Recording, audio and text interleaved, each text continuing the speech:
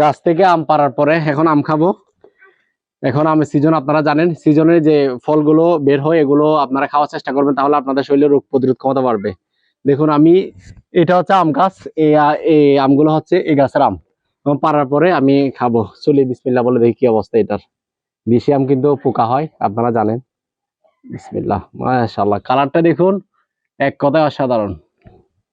একটু আমি কি এভাবে না কেটে আমি একটু ছুলবো আমটাকে।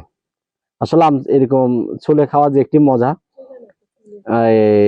আসলে এটা আপনাদেরকে, আপনারা যারা এরকম আমার মতো ছুলে খান তারা অবশ্যই জানেন। এই তো পোকা হয়ে গেছে, একটু পোকা আছে, সমস্যা নেই, এটি এদিকে পোকা আছে, আমি অন্যদিকে এটি খাবো। আসলে যে একটি গ্রান বের হচ্ছে অসাধারণ।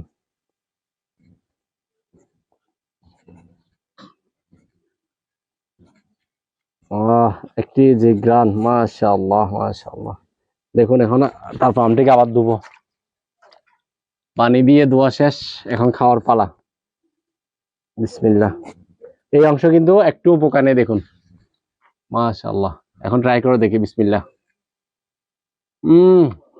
কি যে মজা, কিভাবে বোঝাবো, মাশাআল্লাহ।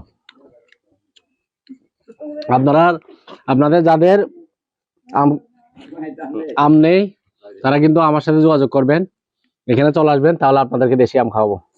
নাও সবাই একটু একটু নাও। আসো, তোমরা এদিকে আসো না, এদিকে আসো, মনি আসো,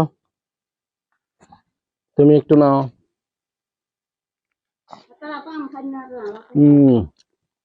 আমের যে আটি, এটি খাওয়ার যে একটি স্বাদ আসলে অসাধারণ, আল্লাহর নিয়ামত।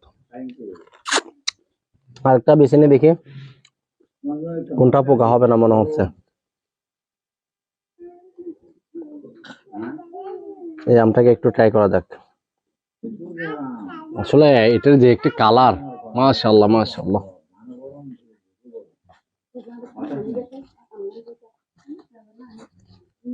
মাশাআল্লাহ,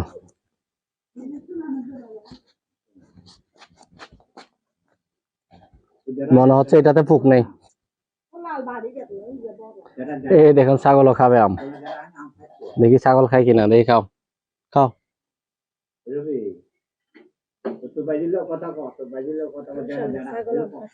ছাগলও খাচ্ছে। এই আমটার মধ্যে কিন্তু একটুও পোকা নেই, এটা কিন্তু দেশি আম। দেখুন মাশাআল্লাহ, ও আজ বেশি অসাধারণ।